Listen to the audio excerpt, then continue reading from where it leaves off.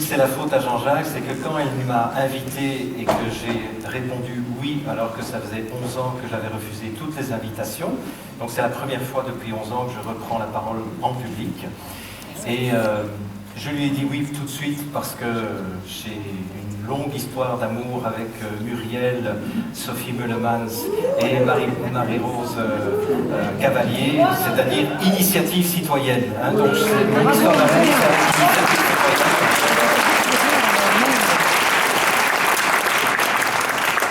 Et contrairement à moi qui m'était battu contre cette arnaque de la grippe H1N1, vous vous en souvenez probablement, elles ont continué le combat au quotidien depuis 11 ans. Et c'est pour ça qu'il faut les appuyer.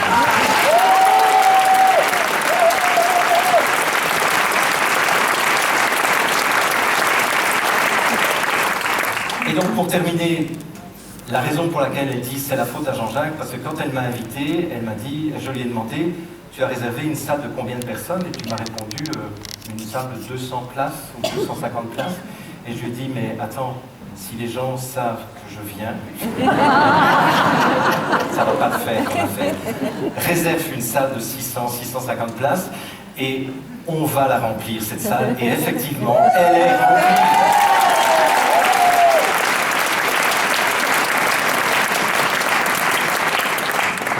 Alors elle m'a demandé de présenter Pierre. Alors Pierre est une de ces nombreuses personnes que j'ai eu le plaisir de rencontrer et dont j'ai eu le plaisir de faire la connaissance par vidéo interposée, comme Chloé Framery, comme Thierry Casasnovas, comme Tal Chaler, comme Salim Naibi, tous des gens que j'ai fréquentés pendant 3 ans, avec qui nous avons combattu, mais on ne s'était jamais touché.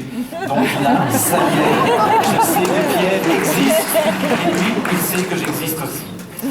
Bon, alors, Muriel m'a demandé de présenter Pierre, je vais être très rapide. Vous savez probablement que Pierre a été connu dans la complosphère pour son film Hold Up, et puis la suite Hold On et Hold Out.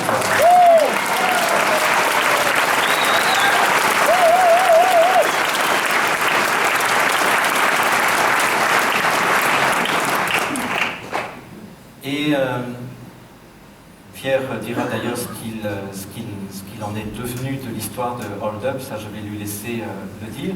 Peut-être que ce que vous savez moins, c'est que Pierre, avant de se faire connaître dans le mauvais côté du point de vue du pouvoir, c'est-à-dire du côté lumineux de la force, il a eu une carrière de journaliste pour les télévisions mainstream, France 3, LCI, TF1 en tant que journaliste. Il a été chroniqueur radio à France Info, dans le meilleur du monde, rédacteur en chef de RTL2 pendant 3 ans.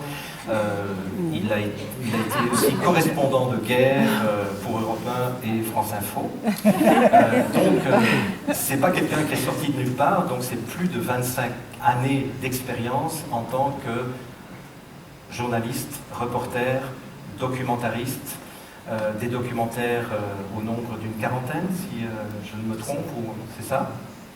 Et ce que moi j'ai découvert en regardant son documentaire M et le 3e secret, c'est que Pierre est un homme profondément engagé au niveau religieux et qui défend les valeurs qui sont mises à mal de plus en plus par cette minuscule minorité de criminels, psychopathes, milliardaires, vous voyez de qui je parle.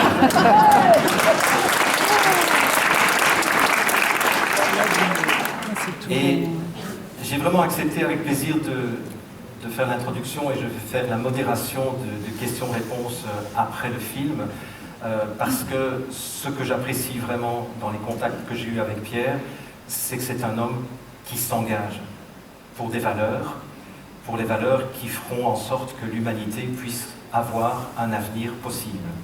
Et rien que pour ça, c'est vraiment un homme de cœur, c'est un homme qui a tout risqué pour répondre l'appel de son cœur et l'appel de son âme, Et rien que pour ça, je voudrais vraiment te remercier, Pierre.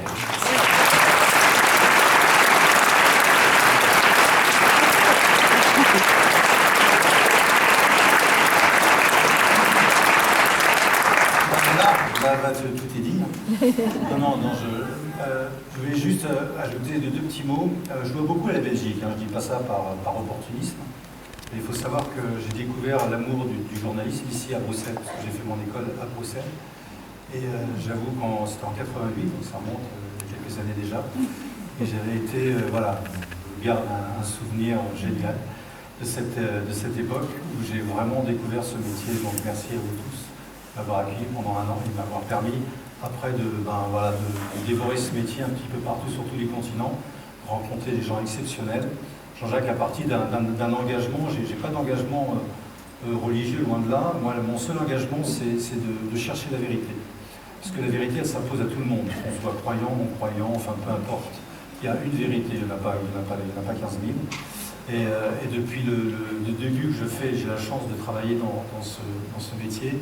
Ben voilà, j'ai fait beaucoup d'investigations et ma seule ligne de conduite, c'est est-ce que c'est vrai, est-ce que c'est faux, et d'aller chercher des informations qui ne sont pas forcément connues. Là, je termine en ce moment un sujet que je vais essayer de sortir dans ma nouvelle agence de presse qui s'appelle Citizen Light. Et le titre s'appelle Anesthésie générale, les guerres invisibles. Donc les guerres invisibles. Un film ce sera une belle dédicace pour Claire Sévrac. Voilà.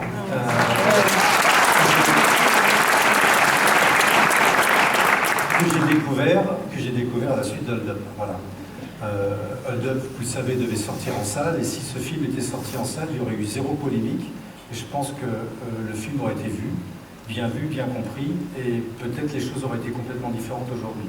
Par contre, ce qui s'est passé, ils l'ont très bien fait.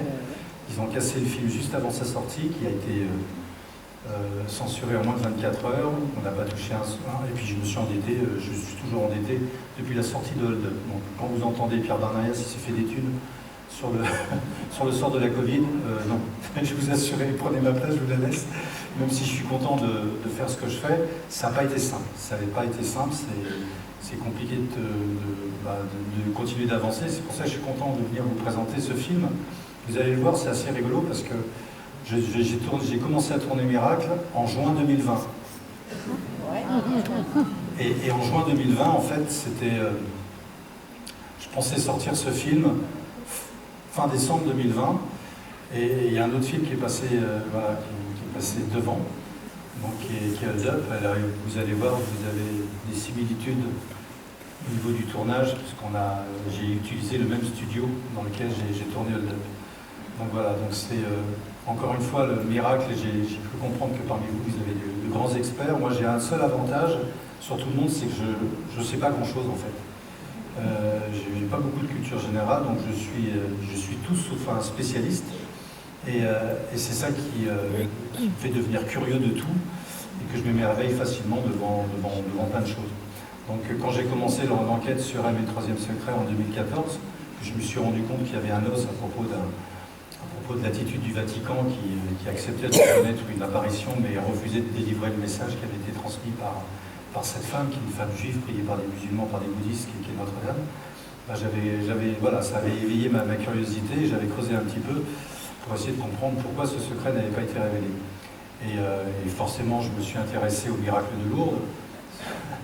Juste Lourdes, il y a un miracle tous les 15 jours. Donc, une guérison inexpliquée, c'est-à-dire que guérison inexpliquée, c'est-à-dire que vous arrivez dans un état cadavérique et le lendemain, vous faites un marathon. Ce sont les conditions un petit peu du miracle. Je ne vais pas vous en dire plus. Qu'est-ce que je voulais vous dire d'autre ? Ben oui, que voilà, j'étais très touché parce que c'est vrai que je me souviens de mon école de journalisme que j'avais fait ici. Et je me dis, ben voilà, c'est un bon retour aux sources. Et puis moi, j'aime bien être dans l'anonymat. Vous le savez, je ne suis pas un bon tribun, je préfère être derrière la caméra, ça j'arrête pas de le dire.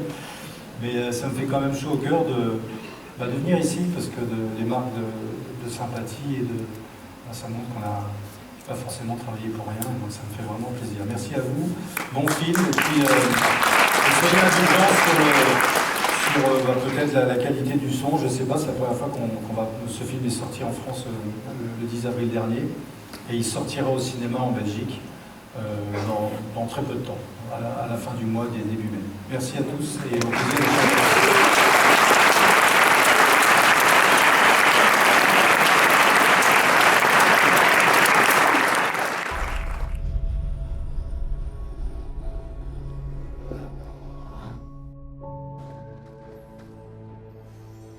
Personne, aucun cerveau humain n'a réussi à ce jour à écrire une œuvre avec 750 personnages qui, par ailleurs, ont tous réellement existé. J'ouvre le livre, c'est authentique. Mon orgueil de scientifique a été totalement écrasé à ce moment-là. On est vraiment devant un objet impossible, têtu, qui n'arrête pas de parler, et de parler aux scientifiques, parce que ça leur est vraiment, vraiment destiné. Ça n'est d'origine ni minérale, ni végétale, ni animale. C'est 16 000 pages de cahiers manuscrits. C'est une caméra et c'est un micro qui a été plongé dans le temps et dans l'espace. ¿Ustedes sabían eso de los ojos y todo eso? No, no lo sabía. En las dos córneas aparecen 13 pequeñas imágenes. Pueden ser reconocidas históricamente. C'est tellement vertigineux, tous nos repères volent en éclats. Or, on a deux camps, les pros et les anti. Et je vois pas l'intérêt d'être pro ou anti.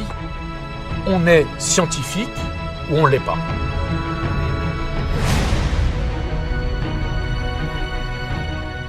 Je me suis souvent dit, mais pourquoi est-ce qu'il y a une telle animosité visible contre le linceul ?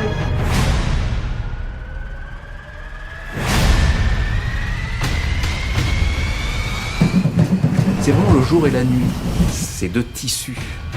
Chaque élément est vérifié scientifiquement. On a toutes les preuves depuis 2005 que la datation n'est pas fausse, elle est invalide.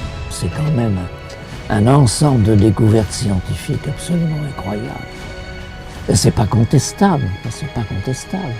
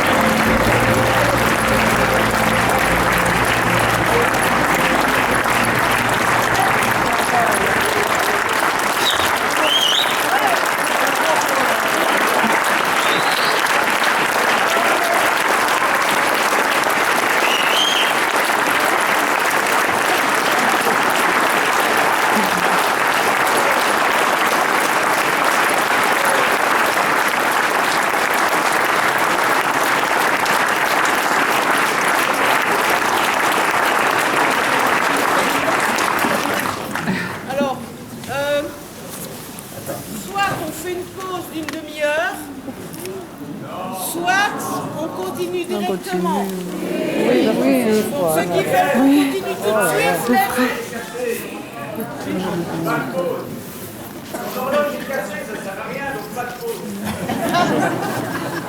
donc on continue, lève la main. Oui. Et quoi? On continue, hein.